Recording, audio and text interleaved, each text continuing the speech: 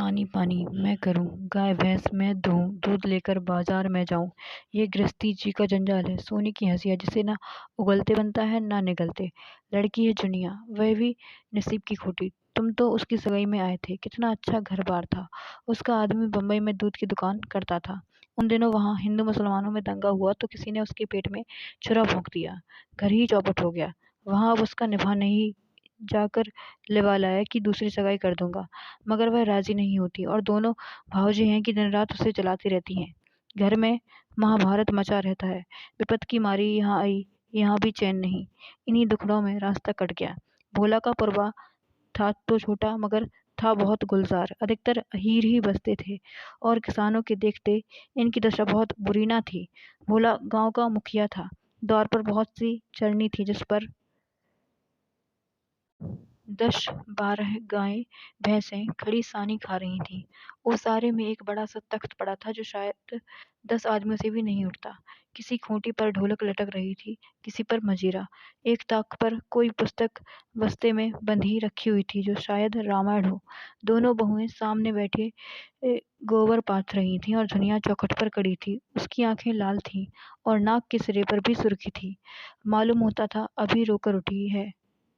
भोला को देखते ही उसने लपक कर उनके सिर से खांचा उतरवाया। भोला ने गोबर और होरी के खांचे उतरवाए और झुनिया से बोले, पहले एक चिलम भर ला, फिर थोड़ा सा रस बना ले। पानी ना हो तो गगरा ला, मैं खींच दूँ। होरी महतो को पहचानती है ना? फिर होरी से बोला, घरनी के बिना घर नहीं रहता भैया, पुरानी कहावत है। नाटन खेती बहुरियन घर। नाटे बैल क्या खेती करेंगे और बहुएं क्या घर संभालेंगी। जब से इनकी माँ मरी है जैसे घर की बरकत उठ गई। बहुएं आटा पाथ लेती हैं पर गृहस्थी चलाना क्या जाने। हाँ, मुंह चलाना खूब जानती हैं। लौंडे कहीं फड़ पर जमे होंगे, सबके सब आलसी हैं, कामचोर। जब तक जीता हूँ इनके पीछे मरता हूँ, मर जाऊंगा तो आप सिर पर हाथ धर कर रोएंगे। लड़की भी वैसी ही है, छोटा सा अड़ना भी करेगी तो भ्रमकर करेगी। मैं तो सहलाता हूँ, इसका पति थोड़ी ना सहेगा। जुनिया एक हाथ में भरी हुई चिलम, दूसरे में रस का लोटा लिए बड़ी फुर्ती से पहुंची। फिर रस्सी और कलसा लेकर पानी भरने चली। गोवर ने उसके हाथ में कलसा लेने के लिए हाथ बढ़ाकर झेपते हुए कहा, तुम रहने दो, मैं भरे लाता हूँ।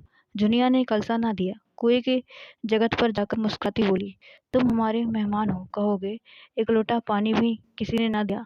मेहमान काहे से हो गया, तुम्हारा पड़ोसी ही तो हूँ। गोबर धीरे से बोला, पड़ोसी साल भर में एक बार भी सूरत न दिखाए तो मेहमान ही है। रोज रोज आने से मर्जाद भी तो नहीं रहती। गोबर धीरे से बोला। दुनिया हंस कर तीसरी नजरों से देखती हुई बोली, वही मर्जाद तो दे रही हूँ। महीने में एक बार आओगे, ठंडा पानी दूंगी। 15 दिन आओगे, चम पिलाऊंगी। 7वें दिन आओगे, खाली बैठने की माची दूंगी। रोज रोज आओगे, कुछ ना पाओगे, दर्शन तो दोगी।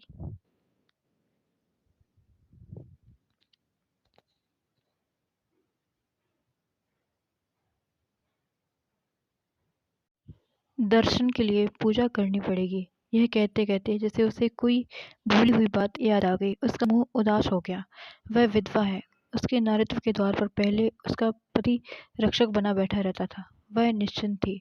अब उस द्वार पर कोई रक्षक न था, इसलिए वह उस द्वार को सदैव बंद रखती थी। कभी कभी घर के सोनेपन में उकता कर वह उस द्वार को खोलती है, पर किसी को आते देखकर भयभीत होकर दोनों पट भेड़ लेती है। गोबर ने कलसा भरकर निकाला। सबों ने रस पिया और एक चिलम तमाकू और पीकर लौटे। भोला ने कहा, कल तुम आकर गाय ले जाना गोबर, इस वक्त तो सानी खा रही है। गोबर की आंखें उसी गाय पर लगी हुई थीं और मन ही मन वह मुग्ध हुआ जाता था। गाय इतनी सुंदर और सुडौल है, इसकी उसने कल्पना भी न की थी। होरी ने लोभ को रोक कर कहा, मंगवा लूंगा, जल्दी क्या है। तुम्हें जल्दी ना हो, हमें तो जल्दी है। उसे द्वार पर देखकर तुम्हें वह बात याद रहेगी, उसकी मुझे बड़ी फिक्र है दादा। तो कल गोबर को भेज देना। दोनों ने अपने अपने खांचे सिर पर रखे और आगे बढ़े। दोनों इतने प्रसन्न थे मानो ब्याह करके लौटे हों।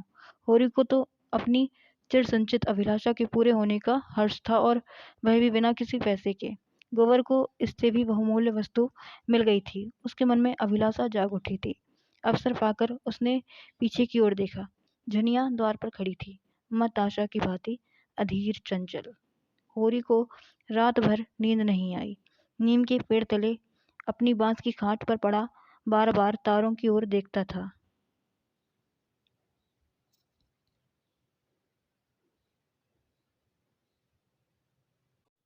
गाय के लिए नांद गाड़नी है, बैलों से अलग उसकी नाद रहे तो अच्छा। अभी तो रात को बाहर ही रहेगी, लेकिन चौमासे में उसके लिए कोई दूसरी जगह ठीक करनी होगी।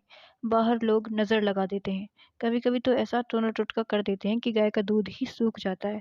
थन में हाथ ही नहीं लगाने देती, लात मारती है, नहीं, बाहर बांधना ठीक नहीं, और बाहर नांद भी कौन गाड़ने देगा।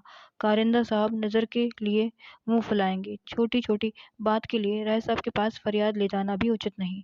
और करिंदे के सामने मेरी सुनता कौन है? उनसे कुछ कहूँ तो करिंदा दुश्मन हो जाए। जल में रहकर मगर से बैर करना बुड़बकपन है। भीतर ही बांधूंगा। आंगन में है तो छोटा सा, लेकिन एक मड़ैया डाल देने में काम चल जाएगा। अभी पहला ही ब्यात है, 5 सेर से क्या कम दूध होगा। सेर भर तो गोबर ही को चाहिए। रुपया दूध देकर कैसी ललचाती रहती है, अब पिए जितना चाहे। कभी कभी 2-4 शेर मालिकों को दे आया करूँगा। करिंदा साहब की पूजा भी करनी ही होगी, और भोला के रुपए भी दे देना चाहिए। सगाई के ठकोसले में उसे क्यों डालूं? जो आदमी अपने ऊपर इतना विश्वास करे, उससे दगा करना नीचता है। 80 रुपए की गाय मेरे विश्वास पर दे दी, नहीं तो यहाँ कोई एक पैसे को नहीं पतियाता। अगर 25 रुपए भी दे दूं तो भोला को ठाठस हो जाए। धनिया से नाहक बता दिया। चुपके से गाय लाकर बांध देता तो चकरा जाती। लगती पूछने किसकी गाय है, कहाँ से लाए हो, खूब दिख करके तब बताता। लेकिन जब पेट में बात पचे भी, कभी 2-4 पैसे ऊपर से आ जाते हैं, उनको भी तो नहीं छिपा सकता, और यह अच्छा भी है। उसे घर की चिंता लगी रहती है। अगर उसे यह मालूम हो जाए कि इनके पास भी पैसे रहते हैं तो फिर नखरे बगाड़ने लगे। वो वर ज़रा आलसी है, नहीं तो मैं गऊ की ऐसी सेवा करता कि जैसी करनी चाहिए। आलसी वालसी कुछ नहीं है, इस उम्र में कौन आलसी नहीं होता। मैं भी दादा के सामने मटरगश्ती किया करता था। बेचारे पहर रात से कुट्टी काटने लगते, कभी द्वार पर झाड़ू लगाते, कभी खेत में खाद फेंकते, मैं पड़ा सोता रहता। कभी जगा देते तो मैं बिगड़ जाता और घर छोड़कर भाग जाने की धमकी देता था।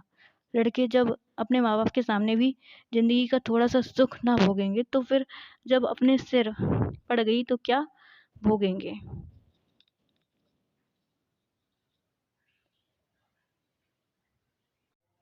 दादा के मरते ही क्या मैंने घर नहीं संभाल लिया। सारा गांव यही कहता कि होरी घर बर्बाद कर देगा, लेकिन सिर पर बोझ पड़ते ही मैंने ऐसा चोला बदला कि लोग देखते रह गए। शोभा और हीरा अलग ही हो गए, नहीं तो आज इस घर की और ही बात होती। 3 हल एक साथ चलते, अब तीनों अलग अलग चलते हैं। सब समय का फेर है। धनिया का क्या दोष था, बेचारी जब से घर में आई